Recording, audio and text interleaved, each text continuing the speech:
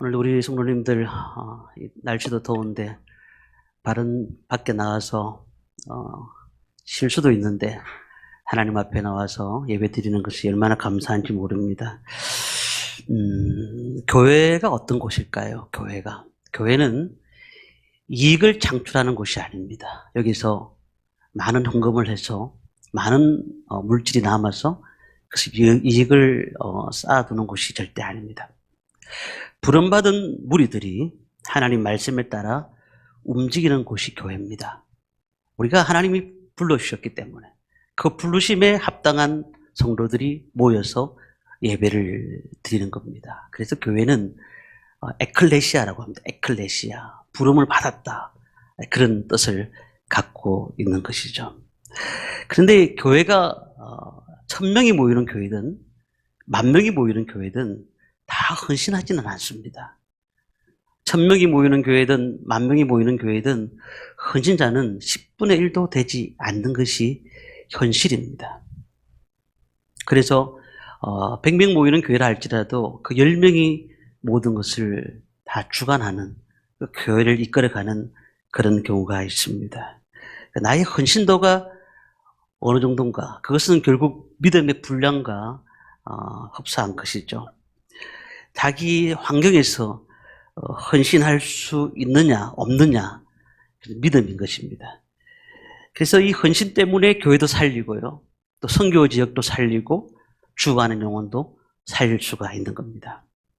한 TV 프로그램에서 시골 중학교 야구부를 소개를 합니다.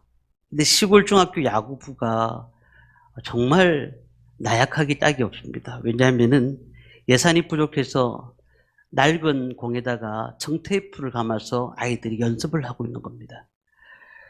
그런데 놀랍게도 그 야구부가 전국대회 결승까지 올라간 겁니다. 그러니 TV에서 저렇게 사람 숫자도 부족하고 예산도 없는 저 야구부에서 어떻게 저렇게 올라갔을까를 취재하기 시작하는데, 그들이 야구부 학생들이 한마음 한뜻이 되어서 정말 최선을 다했다고 해요. 그래서 우리도 한번 해보자 라는 마음을 가지고 일을 했다고 합니다. 그 헌신이 학교를 살렸던 것이죠. 또한 그 지역을 살렸던 것입니다. 성경 말씀을 읽다 보면은 이런 말씀이 많이 나옵니다. 힘을 주시고 용기를 주시는 말씀들이 많이 나옵니다. 두려워하지 말라, 놀라지 말라, 무수하지 말라, 내가 너를 붙들어 주리라. 하나님 말씀이, 그 말씀들이 참 많이 나와요.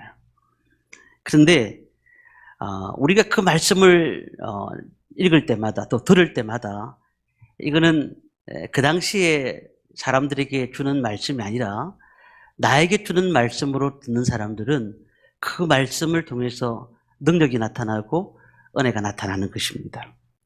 자, 그런데 4.4시대, 오늘 본문에 보면은 이 4.4시대가 나오잖아요. 이 4.4시대는 자주 제가 말씀드리지만은 자기 소견에 옳은 대로 행하는 시대입니다. 하나님 말씀이 없는 게 아니에요. 하나님 말씀이 그들 가운데 있습니다. 그런데 불구하고 하나님 말씀을 듣지 않고 자꾸 다른 데 귀를 기울이는 겁니다. 그래서 우리 쪽으로 본다면 이런 것이죠. 하나님 말씀대로 행하지 않고 자기 방법대로 하나님을 믿었던 사람들, 이 사람들이 4.4시대 사람이다, 이렇게 보게 됩니다. 4.4시대에 오늘 본문에는 기드온 사사가 나옵니다. 기드온. 이 기드온 시대에 어떤 일이 일어났느냐, 당연히 기드온 시대 7년 동안 미디안이 엄청 괴롭힙니다. 약탈과 착취, 그리고 미디안은 그 이스라엘을 넘어뜨리기 위해서 엄청난 준비를 했습니다. 그리고 군사들도 훈련시키고 무기도 준비했습니다. 그런데 이스라엘을 가만히 보니까 준비된 게 하나도 없는 거예요. 아무것도 없어요. 미디안이 쳐들어오니까 당할 수밖에 없는 겁니다. 설상가상으로 이제 미디안이 13만 5천 명의 대군을 준비해서 이스라엘을 쳐들어오기 시작합니다. 아예 이스라엘을 없애버리려고, 멸망시키려고. 근데 이스라엘 민족은 신뢰도 없었고, 그리고 또 어떻게 싸워야 될지도 모르는 민족이었습니다. 그런 가운데서 하나님께서 기도원을 세우십니다. 기도원을 세우시는데 나중에 말씀을 계속 전하겠습니다만은 13만 5천 명의 대군이 쳐들어왔는데 불구하고 300명만 남게 하셨어요. 300명만. 그 300명으로 13만 5천 명을 상대하게 하십니다. 우리가 가만히 생각해 보십시오. 우리 이치와 우리 생각이 맞지가 않습니다. 13만 5천 명을 무찌르려고 하면은 그와 동등한 숫자, 아니 조금 적더라도 한 10만 명 정도는 있어야 안 되겠습니까? 그런데 하나님은 다 많다. 소수의 헌신자들 300명만 있으면 된다라고 말씀을 하고 있더라는 겁니다. 오늘 본문에서 몇 가지를 제가 생각해 보고자 하는데, 첫 번째는요, 이 기도원은 하나님이 세웠잖아요. 근데 어떤 사람이었을까요? 약한 사람이었습니다. 정말 부족한 사람이었습니다. 6장 11절, 12절 말씀을 앞에 가면 있습니다. 우리 읽었던 게 7장이거든요. 6장 11절, 12절 말씀을 함께 보도록 하겠습니다. 같이 읽습니다. 여호와의 사자가 아비에셀 사람 요아스에게 속한 오브라에 이르러 상수리 나무 아래에 앉으니라. 마침 요아스의 아들 기드온이 미디안 사람에게 알리려 하지 아니하려 밀을 포도두 틀에서 찾아가다. 12절입니다. 여호와의 사자가 기드온에게 나타나 이르되 큰 용사여 여호와께 너와 함께 계시도다 하매. 자, 지금 미디안의 지배를 받는 때입니다. 그런데 얼마나 기드온이 무서웠으면 그 밀을 타작하는데 포도주 틀에서 타작을 하고 있어요. 겁을 먹었던 거죠. 왜 이렇게 되었는가? 사실 사람들이 다 똑같은 것 같아요. 좋은 직장을 다니고 싶어 하잖아요. 또한 이사 없는 좋은 집에서 살고 싶어 합니다. 그리고 또 교회도 아무 문제 없는 큰 교회를 다니기를 원합니다. 그리고 나라도 전쟁이 없고 부강한 나라에서 살기를 원합니다. 이게 보통 일반 사람들의 형태입니다. 이스라엘 민족들이 어떤 생각을 했느냐면 하나님을 믿고 있는데 불구하고 하나님은 눈에 보이지 않아요. 그런데 바알 신을 믿는 사람들은 뭔가가 자꾸 나타나는 것 같아요. 왜냐하면 이 바알 신이 어떤 신이냐면 농부들이 비를 내리게 하는 그런 신이 바알 신이었거든요. 그러다 보니까 이들이 생각할 때 내가 하나님을 믿긴 하지만 바알 신도 의지해야 된다라고 생각한 겁니다. 자, 우리가 하나님을 믿는 사람으로서 다른 것을 의지하는 것은 말도 안 되는 얘기지만 우리 인생 가운데 가만히 보세요. 하나님보다 더 사랑하는 것들이 우리는 너무 많습니다. 하나님보다 더 사랑하는 것들이 너무 많습니다. 그러다 보니까 하나님께서 그들이 바알신을 섬기니까 7년 동안 미디안 군대를 보내버리는 겁니다. 그리고 그들이 미디안 군대를 섬기도록 만들어버린 겁니다. 근데 아무런 대책이 없는 거예요. 바알한테 가서 아무리 얘기를 해도 들을 수가 없는 그 신에게 가서 얘기한들 의미가 없잖아요. 그런 가운데 마지막으로 생각한 것이 무엇이냐면 그래도 하나님이야. 하나님 앞에 기도해야지. 그리고는 기도하기 시작하는 겁니다. 하나님 앞에 부르짖기 시작하는 겁니다. 그때 합심해서 기도했는데 하나님 그때 기도원을 보내주신 거예요. 기도원을 보내주신 거예요. 왜? 근데 좋은 지도자를 보내면 좋잖아요. 막 능력이 있고 말이죠. 말 한마디 하면 사람들이 다 들어오고 하나님 역사를 체험하고 그런 지도자를 보내면 좋겠는데 왜 이렇게 약한 지도자를 보냈는가?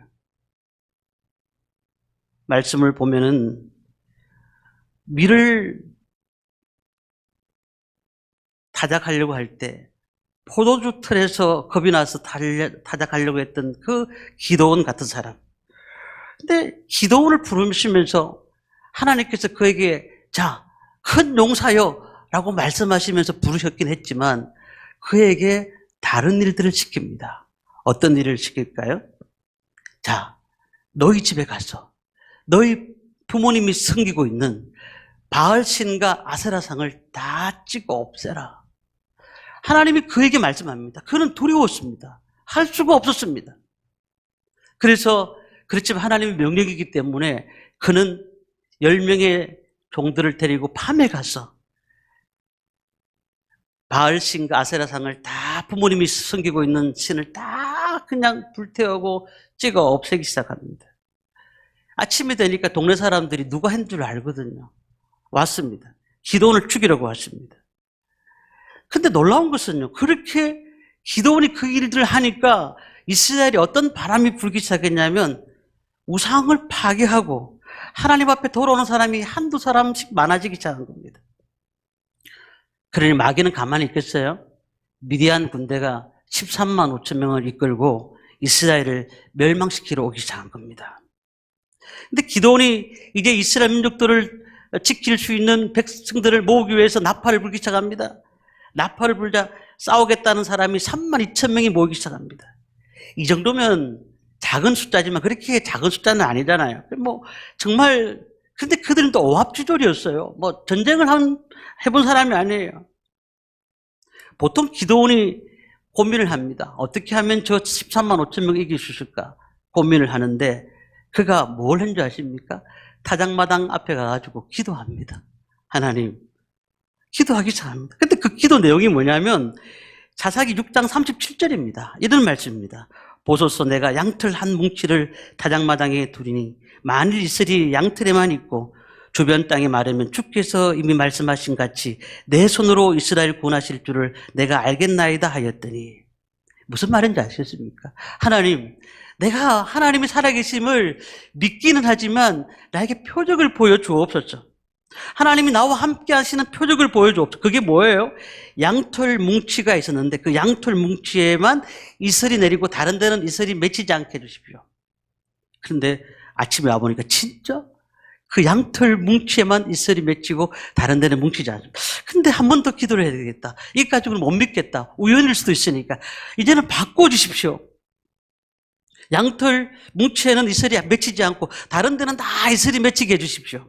그렇게 강구합니다. 그랬더니 이제는 거꾸로 놀랍게도 양털 뭉치에만 이슬이 맺히지 않는 겁니다. 지금 기도원이요, 큰 용사라고 부름을 받았지만은 그는 지금 두려워하는 사람이었어요. 무서워하는 사람이었어요. 하나님이 나에게 이 일을 맡겼지만 나는 이 일에 대해서 할 자신이 없는 거예요. 할 자신이 없는 거예요.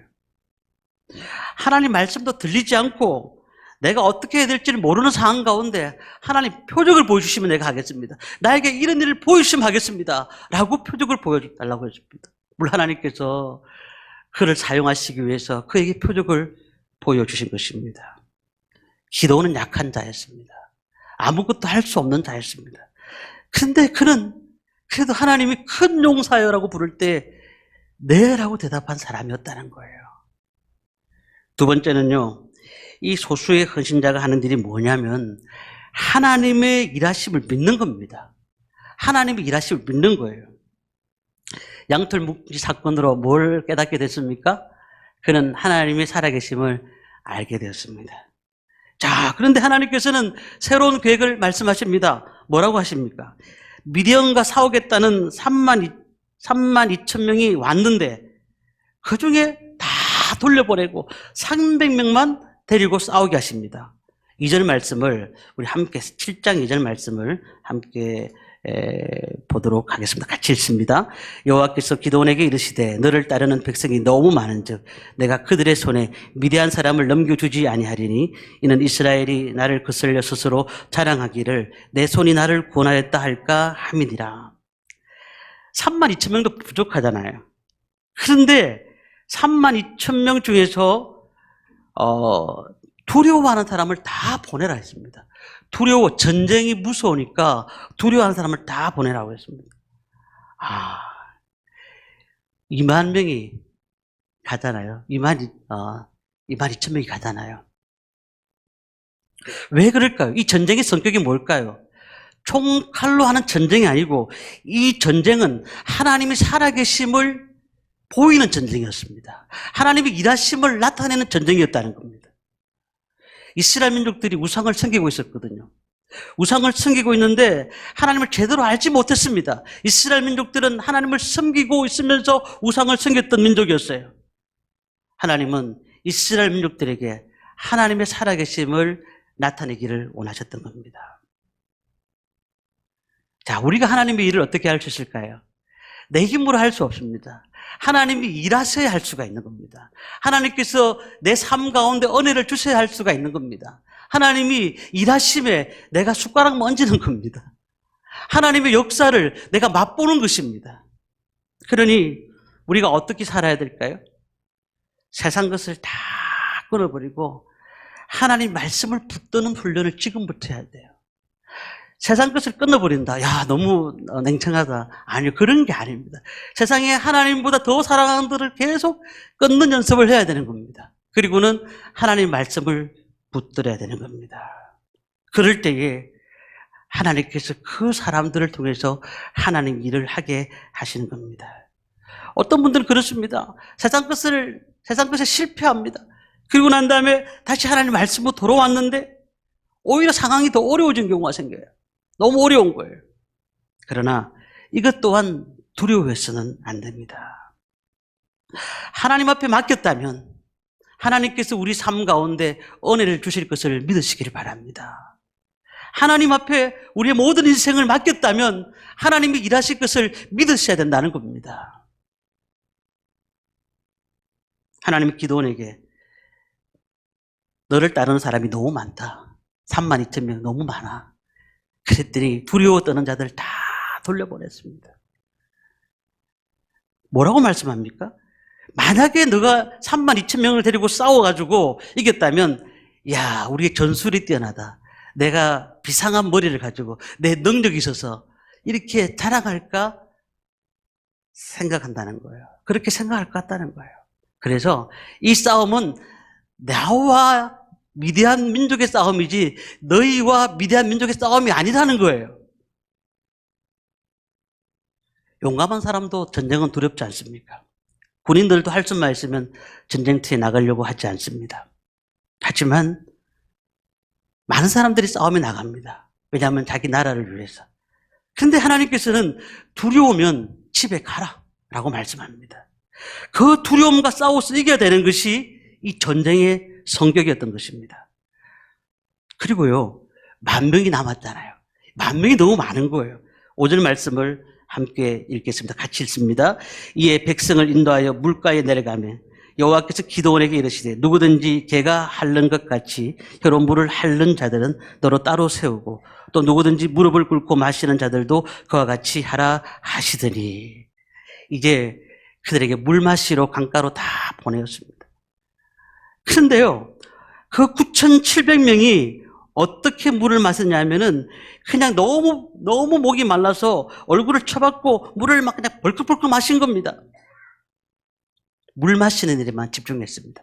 근데 300명은 어떻게 했느냐면은 손으로 떠서 마셨어요. 적들이 오는가 안 오는가를 살피면서. 그러니까 이 300명이 하나님께서 사용하시는 소수의 그릇들이었던 것입니다. 우리가 운동선수들을 보시면 압니다. 아마추어와 프로가 있는데 이 아마추어는 아무리 열심히 한데도 프로를 이길 수가 없어요. 왜냐하면은 아마추어는 재미 삼아서 운동을 하거든요. 취미 삼아서 운동을 합니다. 그러나 프로는 자기의 직업이거든요. 직업이에요. 죽기 살기로 매달려야지만 돈을 벌 수가 있는 것입니다.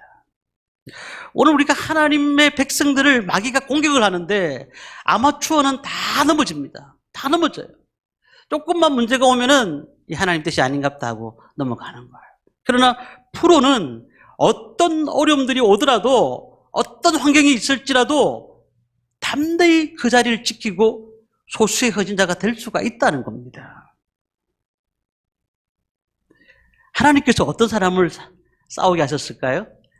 32,000명이 아니에요. 300명을 통해서 13만 5천 명과 싸우게 하십니다. 마지막 세 번째는 이 소수의 헌신자들을 어떻게 하실까요? 준비시키십니다. 하나님의 방법으로. 자, 어떻게 준비를 하는가를 말씀에 나와 있는데요. 창과 칼을 가지고 가지 않게 하고 항아리 하나를 준비합니다. 그리고 횃불을 준비하게 만듭니다. 참 놀라운 준비 아니겠습니까? 군인들이 칼과 창이 있어야 준비할 수 있는 것인데 싸우러 가는데 항아리를 들고 가고 그리고 또한 횃불을 들고 가게 하는 겁니다. 무기 없이 횃불과 항아리만 가지고 야습하라 라는 명령을 받기 시작하는 겁니다. 16절 말씀을 우리 함께 보도록 하겠습니다. 16절 말씀을 같이 읽습니다. 300명을 세대로 나누어 각 손에 나팔과 빈 항아리를 들리고 항아리 안에는 횃불을 감추게 하고, 횃불을 감추게 했어요. 사실 그들은 정확하게 말씀드리면 전쟁을 하지 못해요. 할 줄도 몰라요. 쉽게 말하면 총도 쏘지 못하는, 우리 지금 말하면 그런 거죠. 그래서 하나님께서 뭘 하라고 하셨죠? 빈 항아리를 가지고 나팔을 불고 횃불을 들고 가라, 이렇게 말씀하셨어요. 그게 하나님의 말씀인 겁니다. 하나님 말씀에 순종하지 않고, 야, 그러니까 이기겠느냐, 이길 수 없다, 우리가 할 수 없다라고 했다면 그들은 아마 300용사에 포함되지 않았을 것입니다. 어떻게 했을까요? 밤에 나팔을 불고 횃불을 들고 적에게 나가는 것입니다. 정말 위험스럽고 어리석은 짓입니다. 그러나 그들이 바라볼 수 있는 건 누굴까요? 하나님밖에 없는 겁니다. 하나님밖에 없어요. 정말 수많은 군인들이 모인 것도 아닙니다. 300명밖에 모이지 않았습니다. 그들이 총을 잘 쏘는 것도 아니고 칼을 잘 쏘는 것도 아닙니다. 우리는 필요한 게 뭘까요? 항아리가 있는 것은, 횃불이 있는 것은 믿음으로 가는 거예요. 말씀을 가지고 믿음으로 나갈 때에 하나님께서 이 전쟁은 하나님께 있다는 사실을 분명히 우리에게 말씀하시는 겁니다. 우리가 할 수 있는 것만 하면 됩니다. 꿈이 있는 교회 올해 목표가 뭘까요? 나는 죽고 예수님만 높이는 교회입니다. 우리 교회가 아무것도 없어요. 그리고 또 아무것도 할 수 없을 것 같아요. 그러나 우리에게 무기가 있습니다. 진리라는 무기입니다. 진리라는 무기 때문에 오늘 제가 이렇게 예배를 드리고 함께 말씀을 나누고 앞을 향해 나가는 겁니다. 세상 사람들이 예수를 믿지 않는 저들에게 복음이라는 무기 때문에 우리가 밖으로 나가서 그들에게 예수를 전가하는 겁니다. 어제 김갑진 집사님 아드님이 우리 집에 교회 예배를 준비하고 있는데 오셨어요. 오셔서 어머니가 치매가 너무 심해져서 요양병원에 모셔야 되겠다라고 얘기를 하시더라고요. 그래서 그렇습니까? 제가 기도하겠습니다 말씀드렸더니 어머니 짐을 이제 챙기는 가운데 비계에서 돈이 4만 원이 나왔더래요. 그래서 4만 원이 나왔는데 봉투에다가 고개 이렇게 넣어놨더래요. 그래서 제가 왜 가져오셨습니까? 이거는 어머니가 남은 돈인데 이걸 하나님 앞에 헌금 드리고 싶어서, 감사함 드리고 싶어서 가져갔다, 그렇게 했어요. 제가 가만히 그분하고 얘기하면서 그런 생각이 들었어요. 신앙생활 한 지 얼마 안 됐어요. 신앙생활 한 지 얼마 안 됐어요. 그리고 또 제가 예배를 마지막으로 목사님 보고 싶다 해서 요양병원에 들어가시기 전에 집사람이랑 같이 예배를 드렸을 때도 정말 그냥 천국에 대한 소망을 갖고 계시더라고요. 너무 감사했어요. 지금까지 수십 년 동안 절에 다니신 분이었어요. 수십 년 동안. 교회라는 교자도 몰랐던 분이에요. 그런데 정말 전도 받고 교회 와가지고 예배를 드리고 찬양하고 천국의 소망을 가지고, 저는 그런 생각을 했습니다. 수많은 사람들을 구원하는 것도 은혜고 하나님의 역사가 아니면 이룰 수가 없는 거지만, 한 영혼이 주님 앞에 나와서 천국 백성 된다는 것은 하나님이 너무너무 좋아하시겠다는 생각이 들었어요. 요양병원에 가셔서 지금 말은 하시는데 너무 치매가 심하셔가지고 말을 제대로 못 알아듣고 무슨 말인지도 모르는 상황입니다. 우리가 복음이라는 무기는 어디에 사용되는 것일까요? 지금 큰 교회에 사용되고 또한 큰 일을 하는 사람들에게만 그것이 우리 사용되어지는 것이 아니고, 지금 우리가 작은 항아리 같은, 아무것도 쓸모없는 항아리 같은 그런 무기 하나에도 이 복음이라는 것이 달려있다면, 진리라는 게 달려있다면 이것이 큰 힘을 발휘한다는 사실입니다. 진리의 선포, 사탄 마귀의 괴계를 무너뜨리는 역사를 이루어낼 것입니다. 하나님께서 우리에게 그 복음의 진리를 통해서 말씀하셨다면 우리는 그 일들을 감당해야 될 줄 믿습니다. 우리의 작은 헌신, 우리 교회가 작아서 사람들이 볼 때, 야, 우리 교인들이 이렇게 작나? 아니에요. 저는 한 분 한 분이 다른 헌신 너무 부담 가지지 마세요. 가다가 종이 하나 줬더라도, 청소 한번 하더라도, 그 다음에 설거지 한번 하더라도 하나님 앞에 그것이 헌신이 되는 것이고, 그걸로 인하여서 복음의 산 재물이 되는 것이고, 그로 인하여서 하나님의 역사를 나타내는 것이고, 그로 인하여서 하나님께서 사용하시는 그릇이 될 줄 믿습니다. 그렇기 때문에 우리는 우리가 있는 자리에서 환경에서 하나님 앞에 감사함으로 소수의 헌신자들이 되시기를 바랍니다. 기도원이 300명의 용사에게 세 부대로 나누어서 대기하다가 먼저 손짓을 하게 되면 항아리를 부수고 그 다음에 횃불을 들고 나팔을 불면서 구호를 외치라고 했습니다. 여호와를 위하여, 기도원을 위하여, 그렇게 부르짖으면서 앞을 향해 가라고 한 것입니다. 광야에서 이스라엘 백성들이 하나님 앞에 항의하고 불평했습니다. 왜 하나님 나에게 광야 생활을 주십니까? 불순종했을 때 그들은 하나님의 선하신 뜻을 알지 못했어요. 근데 그들이 순종했을 때 하나님의 은혜를 깨닫게 되었던 겁니다. 하나님 앞에 온전히 순종했을 때 요단강이 갈라졌습니다. 여리고성이 무너졌습니다. 하나님 말씀 앞에 서는 사람들은 놀라운 기적들이 계속 우리 앞에 있다는 사실을 믿으시기를 바랍니다. 그러면은 어떻게 할까요? 하나님의 때를 잘 기다려야 됩니다. 하나님의 때를 기다리세요.